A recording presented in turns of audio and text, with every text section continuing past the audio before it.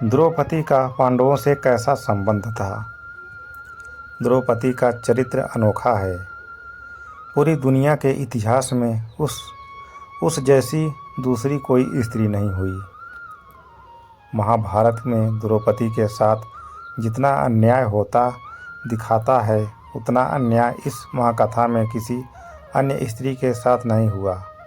द्रौपदी संपूर्ण नारी थी।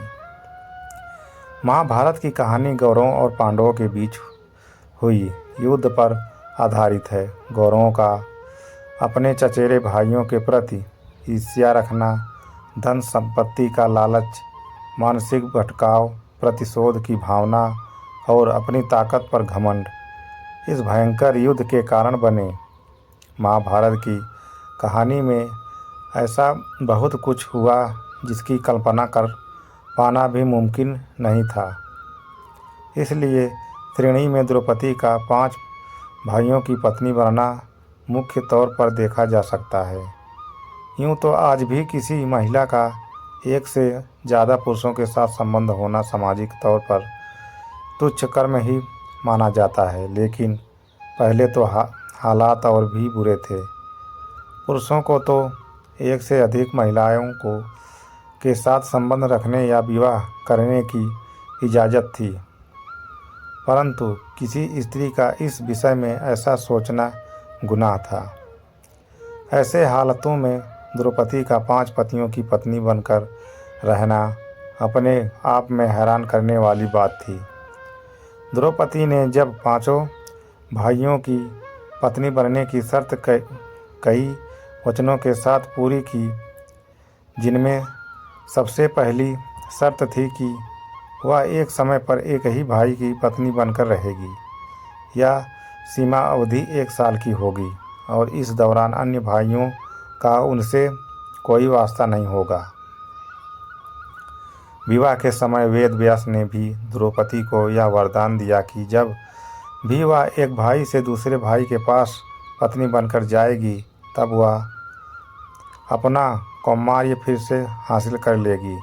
इसके अलावा भी द्रौपदी को कुछ वरदान हासिल थे, जिनका उल्लेख महाभारत की कथा में मिलता है।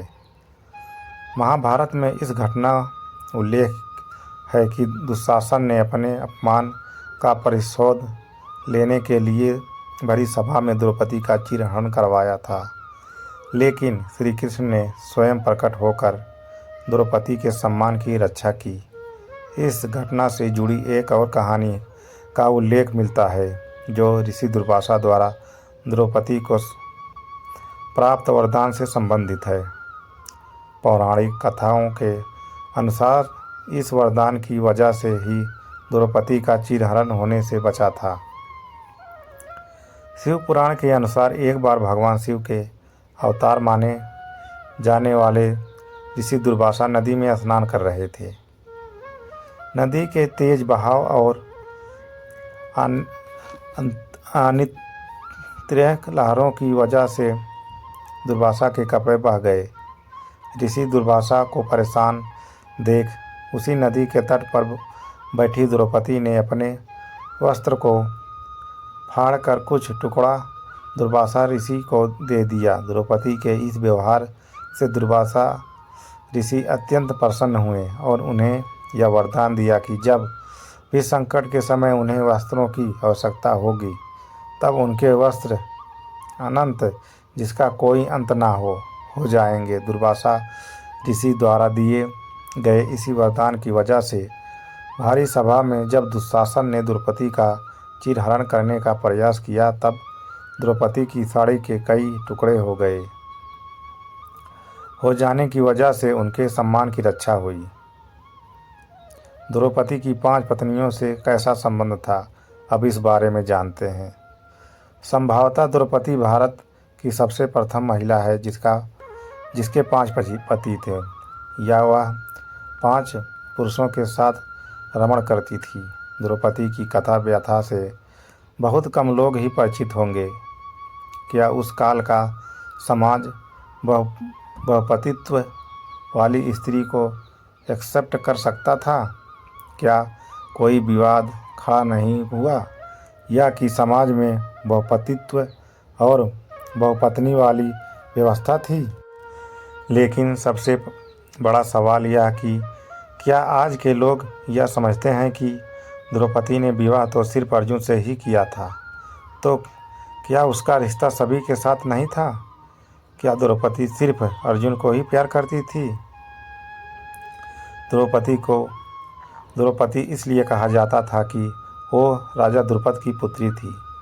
उन्हें पांचाली इसलिए कहा जाता था कि राजा द्रुपद पंचाल देश के राजा थे। उनका एक नाम कृष्णा भी था, क्योंकि वे भगवान कृष्ण की सखी थी।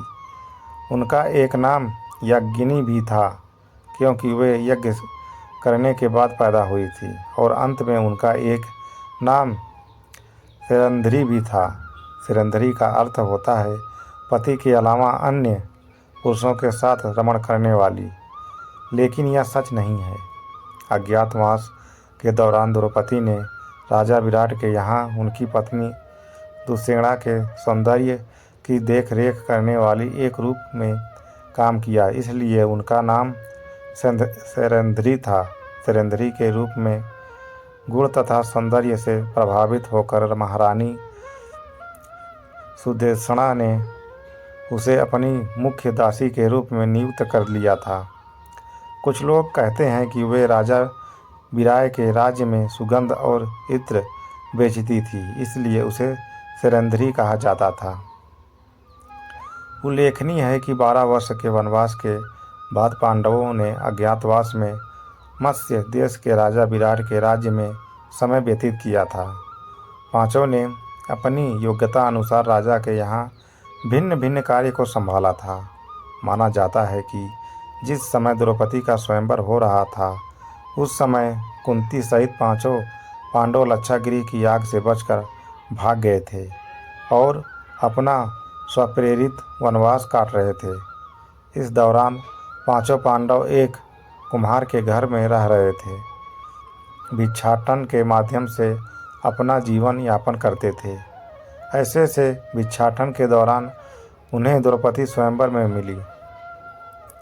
एक दिन की बात है, पांडव और ब्राह्मण लोग आश्रम में बैठे थे। उसी समय द्रौपदी और सत्यभामा भी आपस में मिलकर एक जगह बैठी थी।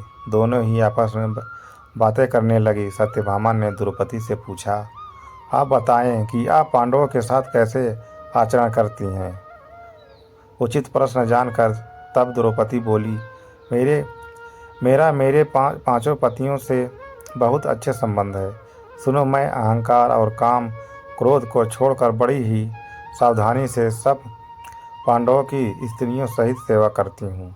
मैं ईर्ष्या से दूर रहती हूँ। मन को काबू में रखकर कटु भाषण से दूर रहती हूँ। किसी के भी समक्ष अभ्यासता से खड़ी नहीं होती हूँ।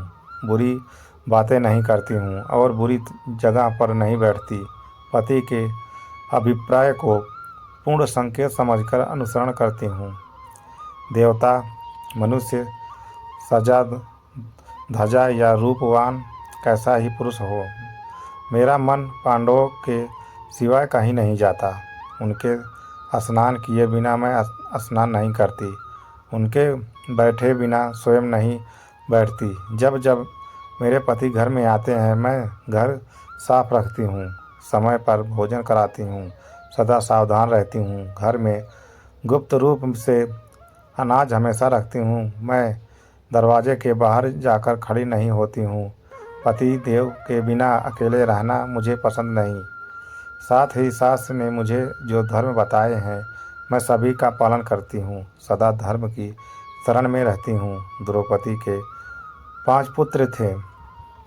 द्रौपदी ने भी एक वर्ष के अंतराल से पांचों पांडवों के एक एक पुत्र को जन्म दिया। युधिष्ठिर के पुत्र का नाम प्रतिविंध्य, भीमसेन से उत्पन्न पुत्र का नाम श्रुतसोम और अर्जुन के पुत्र का नाम श्रुतकर्मा, नकुल के पुत्र का नाम शतानीक, सहदेव के पुत्र का नाम श्रुतसेन रखा गया। युधिष्ठिर की दूसरी पत्नी देवक्या थी। देवक्या से धौध्येय नाम का पुत्र जन्मा। अर्जुन की द्रौपदी के अलावा सुभद्रा, उल्फी और चित्रकांदा नामक 3 और पत्नियां थीं। सुभद्रा से अभिमन्यु, उल्फी से इरावत, चित्रकांदा से ब्रुजवाहन नामक पुत्रों का जन्म हुआ। द्रौपदी के अलावा भीम की हिडिंबा और बलधारा नामक 2 और पत्नियां थीं। हिडिंबा से घटोत्कच, द्रौपदी के अलावा नकुल की एक और पत्नी थी जिसका नाम करुणामती था। करुणामती से नीरमित्र नामक पुत्र का जन्म हुआ। सहदेव की दूसरी पत्नी का नाम विजया था जिससे इनका सुहोत्र नामक पुत्र जन्मा।